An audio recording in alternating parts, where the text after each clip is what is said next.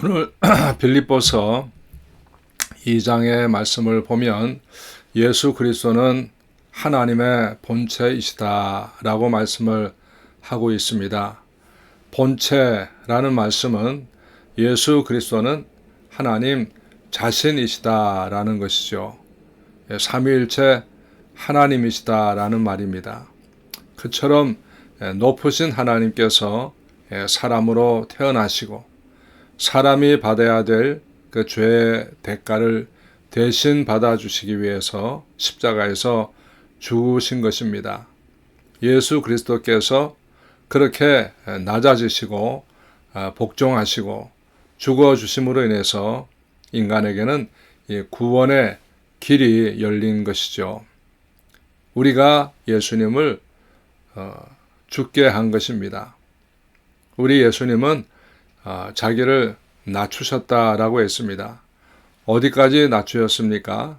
말 구유에까지 낮추셨습니다. 왜 낮추셨습니까? 우리를 높이기 위해서 낮추신 것이죠. 우리를 사랑하기 때문입니다. 우리를 구원하고 또 우리를 살려주시기 위해서 낮아지신 것입니다. 사랑은 이처럼 사랑하는 사람을 높이기 위해서 내가 낮아지는 것이죠.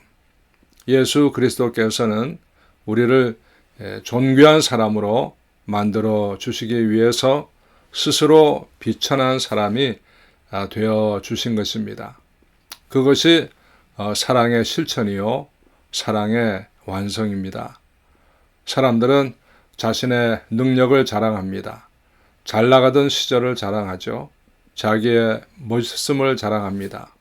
그러나 예수 그리스도는 가장 존귀하신 분이시지만 스스로 종이 되어 주셔서 비천한 신분을 가지시고 우리를 섬겨 주셨습니다. 어떤 사람을 만나면 내가 높아지는 기분이고 대접받는 기분이 들고 내가 존귀한 사람으로 느껴지게 하는 사람이 있다면 그 사람과 가까이 하고 자꾸 만나고 싶어지게 될 것입니다. 그런데 어떤 사람을 만나면 내가 비참해지는 기분이 들고 기분이 나빠진다고 하면은 다시는 만나고 싶지 않을 것입니다. 자기 자랑만 하고 가르치려고 하고 무시하려는 그런 사람을 만나면 그런 기분이 들게 되겠죠. 우리는 어떤 사람이 되어야 하겠습니까? 다른 사람들이 만나고 싶어 하는 사람, 같이 있으면 기분이 좋아지는 그런 사람이 되어야 하지 않겠습니까? 당신을 만나면 살맛이 나. 자네만 만나면 내가 높아지는 기분이 들어.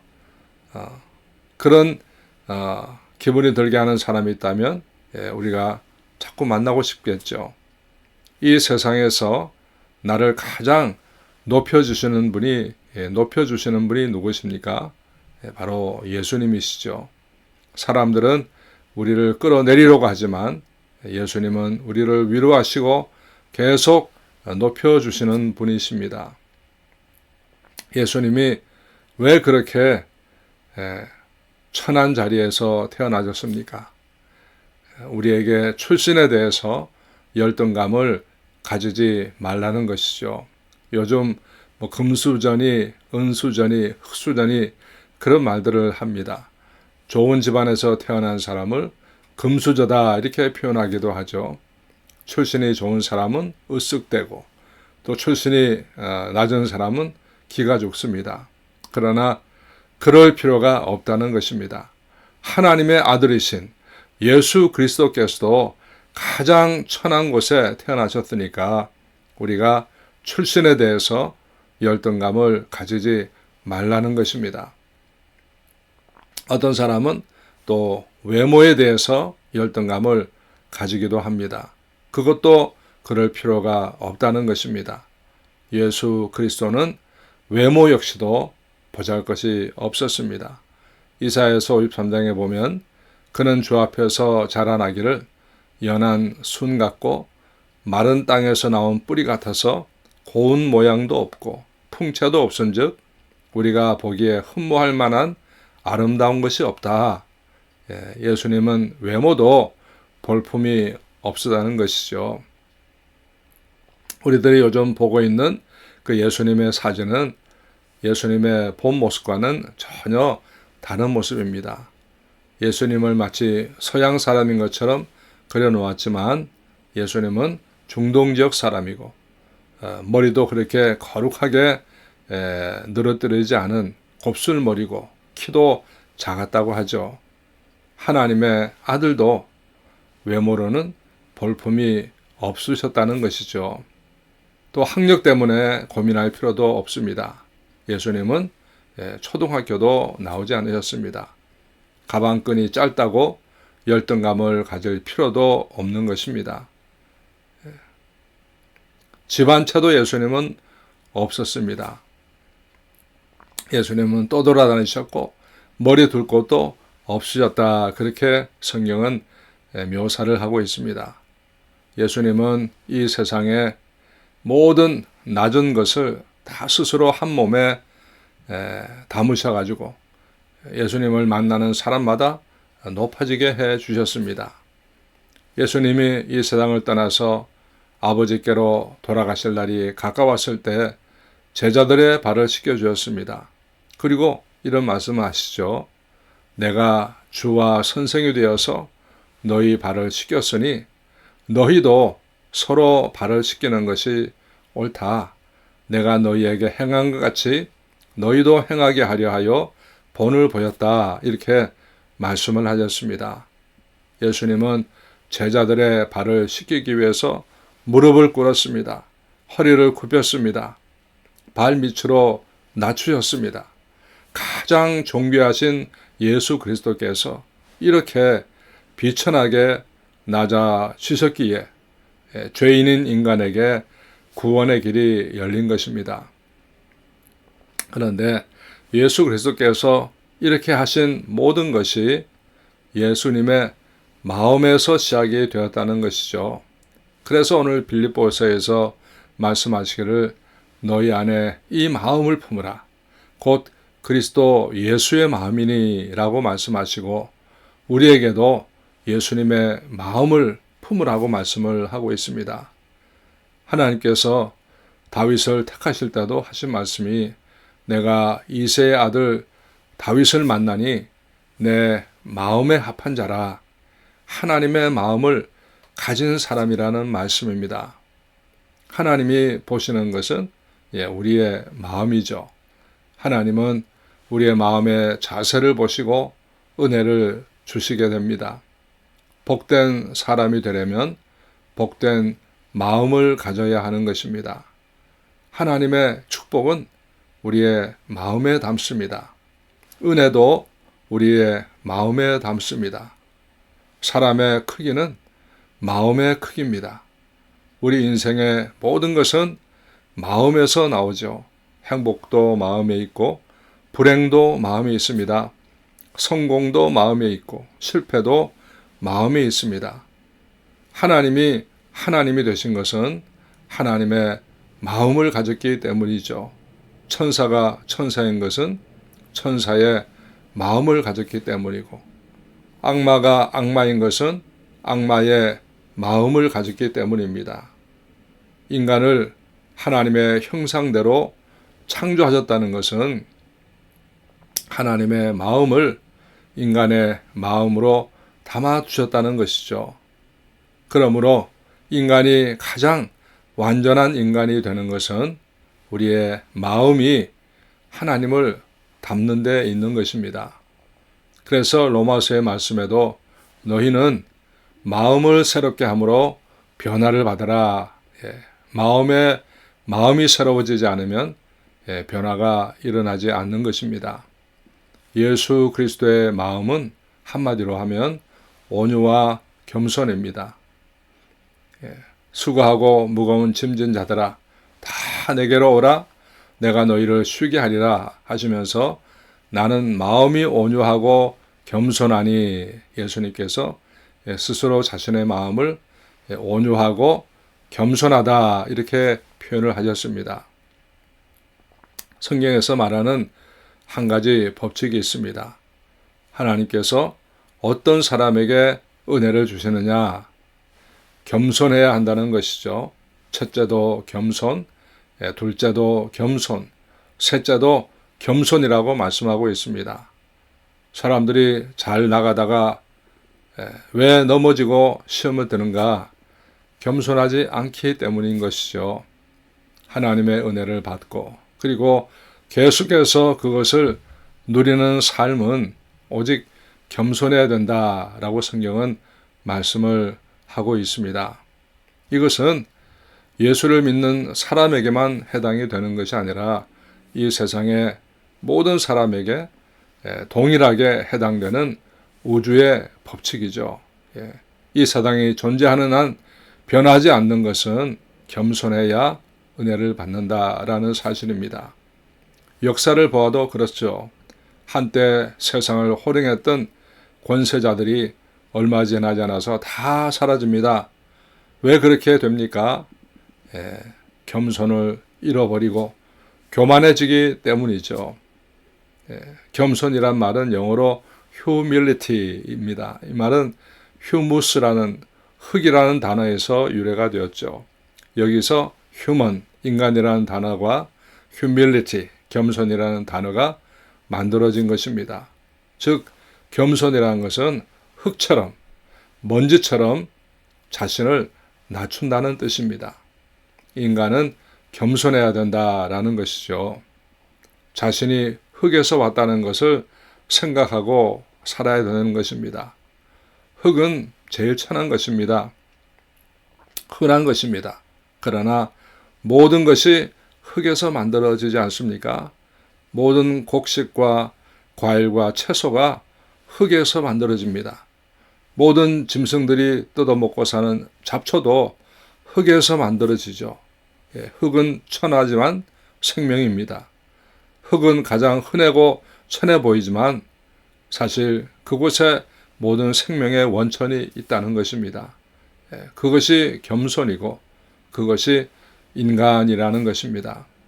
오늘 빌립보서 2장에서 예수 그리스도의 모습을 가장 정확하게 묘사하고 있죠. 진정한 겸손은 하나님이신 그분이 인간의 몸을 입고 이 땅에 오신 이것을 깨달을 때 진정한 겸손이 무엇인가를 알게 된다는 것입니다. 우선 하나님이 인간이 되셨다. 이것을 먼저 이해해야 됩니다. 하나님은 모든 영광과 존귀를 누리실 수 있는 분이십니다. 하나님이 계신 천국은 완전한 아름다움과 완전한 행복이 있는 곳입니다. 하나님은 그곳에서 천사들의 찬양 속에서 살아가시는 분이십니다. 그분이 그런데 그 존귀하신 분이 이 땅에 와서 입은 옷은 어떤 옷입니까? 죄로 얼룩진 인간의 몸을 입고 오셨다는 것이죠. 가장 천한 곳에 오시고 천한 장소에서 사셨습니다. 가장 높은 곳에 있을 분이 가장 낮은 자리를 택해서 오신 것입니다. 그리고 죄인들의 친구가 되어 주셨습니다.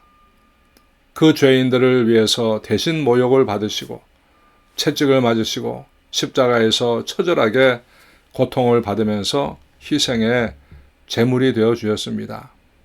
이것이 주님의 겸손입니다. 우리가 배워야 할 겸손인 것이죠. 주님은 우리를 의롭다고 하시지만 우리는 모두 주님 앞에서는 죄인입니다.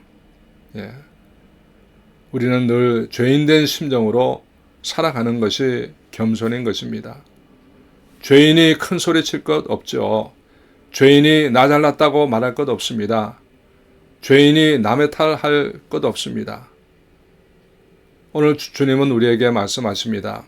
이 세상을 어떻게 살아야 되느냐? 주님의 삶을 본받아서 예수님처럼 낮아져야 될 것을 말씀하고 있습니다. 우리가 이 세상을 어떻게 살아야 합니까?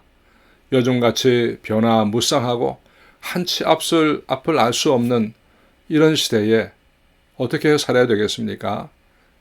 겸손하게 낮아진 마음으로 살아야 됩니다.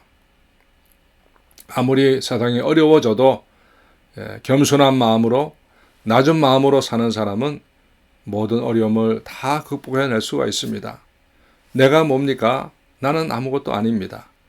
나는 하나님 앞에 가장 작고 아무것도 없는 것이 나라는 존재죠. 나는 아무것도 아니라는 겸손한 마음으로 살아갈 때 하나님은 우리에게 은혜를 베풀어 주시고 우리를 인도해 주시게 될 것입니다. 죄인이라고 하는 이 터 위에 가정을 이루면 그 가정은 무너지지 않습니다.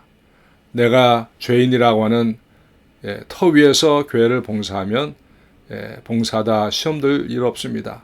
흔들릴 필요 없습니다. 사람들이 왜 넘어지게 됩니까? 다 내가 잘났다, 내가 옳다 이렇게 생각하는 데서 문제가 오는 것이죠. 내가 죄인이라고 생각하고 나는 부족하다 생각하고 낮아지면 무슨 문제가 생길 수가 있겠습니까? 이 세상은 마귀가 도사리는 곳입니다. 마귀는 하나님의 백성을 타락시키고 멸망시키고자 잠시도 쉬지 않는 존재죠. 우리가 잠자는 동안에도 마귀는 꿈속까지 찾아오는 존재입니다. 예수님이 금식하는 곳에서도 마귀는 찾아갔습니다. 우리가 사는 세상은 곳곳에 위험이 도사리고 있고 곳곳에 방해자들이 있고 생각도 못한 변수가 있는 곳이 마치 정글 같은 곳이 우리가 사는 세상입니다. 이런 현실 속에서 우리의 최선의 길은 주님을 본받는 일일 것입니다. 왜냐하면 예수님의 삶이야말로 최고의 삶이기 때문입니다. 인류 역사 이래 예수님보다 위대한 일을 하신 분은 없습니다. 모든 인간이 했던 그 위대한 일을 다 합한 것보다도 예수님은 더 위대한 일을 하셨습니다. 미국이 요즘 최대의 위기를 맞고 있잖아요. 인류 역사 이래 최고의 강대한 나라였던 미국이 요즘 계속해서 위기를 맞고 있습니다. 위기 가운데서도 가장 큰 위기는 우방들의 존경을 잃어버리고 있다는 것입니다. 여러분들은 현재 미국의 가장 큰 문제가 무엇이라고 생각하십니까? 여러 가지 이유가 있겠죠. 그러나 그 중에서도 가장 큰 문제는 교만인 것입니다. 겸손을 잃어버렸습니다. 지난번에 9.11 사태가 나고 부시 대통령은 세상을 향해서 이렇게 외쳤습니다. 미국의 편에 서든지 테러범의 편에 서든지 하라는 것입니다. 여러분 참으로 교만한 말 아닙니까? 모든 것을 힘으로 밀어붙이겠다는 말인 것이죠. 그 말을 듣고 미국을 두려워한 나라는 없습니다. 오히려 우방들의 등을 돌리게 만들었습니다. 미국이 회복해야 될 것이 무엇이겠습니까? 하나님 앞에 겸손을 회복하는 일인 것입니다. 하나님 앞에 마음을 낮추고 겸손하면 하나님이 축복을 회복시켜 주시지만 겸손을 회복하지 못하고 교만하면 아무리 애써도 안 되는 것입니다. 미국의 군사력, 경제력으로 평화 만들 수 없습니다. 세상을 통치할 수 없습니다. 하나님이 해주셔야 가능한 것이죠. 진보적인 사람들은 하나님을 부인하고 성경을 부인하고 교회를 핍박하는 방향으로 가고 있고 보수적인 사람들은 교만해져서 약자를 억압하는 방향으로 가고 있습니다. 양쪽이 똑같이 잘못되어 가고 있습니다. 우리는 하나님 앞에 온전한 마음, 겸손을 회복해야 됩니다. 우리 이런 어려운 세상을 살아가면서 중요한 것이 두 가지가 있습니다. 첫째는 누가 곁에 있느냐가 중요한 것입니다. 아무리 위기가 크다 하더라도 그 위기를 관리할 수 있는 분이 있다면 위기는 더 이상 위기가 아닌 것이죠. 전능하신 분이 함께 한다면 위기는 더 이상 위기가 아닐 것입니다. 중요한 것은 내 인생길에 누가 곁에 있느냐 하는 것입니다. 나의 인생길에 누가 동반자인가? 나의 신앙길에 누가 동반자인가 하는 것이 가장 중요한 것입니다. 전능하신 하나님이 우리의 인생에 동반자가 되셔서 항상 함께 한다는 것보다 더 기쁜 일은 없는 것이죠. 그래서 우리가 믿고 전하는 이 성경 말씀을 복음이다라고 말씀하는 것입니다. 위기 속에 살고 있는 모든 인생에게 하나님이 함께 하시고 도와주신다는 이것보다 기쁜 소식은 없는 것이죠. 그리고 또 중요한 것은 그 동반자와 어떤 관계를 가지고 살아가느냐 하는 것입니다. 하나님이 동행하셔도 내가 그 하나님을 필요로 하지 않고 그 하나님과 가깝지 않다면 하나님이 아무리 전능자라고 하더라도 나의 삶과는 별 소용이 없을 것입니다. 예수님이 제자들과 배를 타고 가다가 풍랑을 만납니다. 처음에 제자들은 자신의 힘으로 위기를 극복하려고 했지만 소용이 없었습니다. 나중에 돼서야 자신들의 배에 예수님이 타고 계신 것을 생각하게 됩니다. 그래서 예수님께 부탁을 하니까 예수님은 금세 풍랑을 잠잠하게 만드셨습니다. 처음부터 예수님을 깨웠더라면 고생하지 않았었겠죠. 우리들도 예수님 제자들처럼 그렇게 살아갈 때가 많습니다. 처음부터 예수님과 함께하지 못하고 내 힘으로 하다 안 되면 그제서야 주님을 찾을 때가 많은 것입니다. 우리가 본받아야 되는 것은 바로 예수 그리스도의 마음입니다. 예수의 마음을 닮아야 예수님과 온전한 동행을 할 수가 있게 되는 것이죠. 이전에 중국에서 한국의 연속국 그 대장금이 열풍을 불고 있을 때였습니다. 많은 중국 젊은 여성들이 대장금의 주인공인 이영애 사진을 들고 와서 성형수술을 하려고 했다는 것이죠. 이영애처럼 그렇게 얼굴을 만들어 달라는 그런 것이었습니다. 닮으려면 이 장금이의 마음을 닮아야지 얼굴만 닮으려고 하는 것이죠. 우리는 주님의 마음을 배워야 하는데 주님의 마음을 닮으려고 하기보다는 기적을 부러워하고 자신의 문제만 해결되면 된다라고 생각할 때가 많습니다. 사랑하는 우리 성도 여러분, 오늘 빌립보서의 말씀은 인생을 가장 위대하게 살다 가신 예수님의 마음을 배우라고 말씀하고 있습니다. 모든 이름 위에 뛰어나시고 모든 사람의 찬양을 받게 되시는 그 예수 그리스도의 마음을 배우라는 것입니다. 낮은 마음, 겸손의 마음, 사랑의 마음, 섬김의 마음, 그 마음이 자신의 인생을 위대하게 만들어 준다는 것이고 그것이 최고의 행복이라고 말씀을 하고 있습니다. 우리 어려운 이 시대에 모두 주님의 마음을 배워서 행복하고 또 세상을 밝힐 수 있는 우리 모두가 될 수 있기를 축원합니다.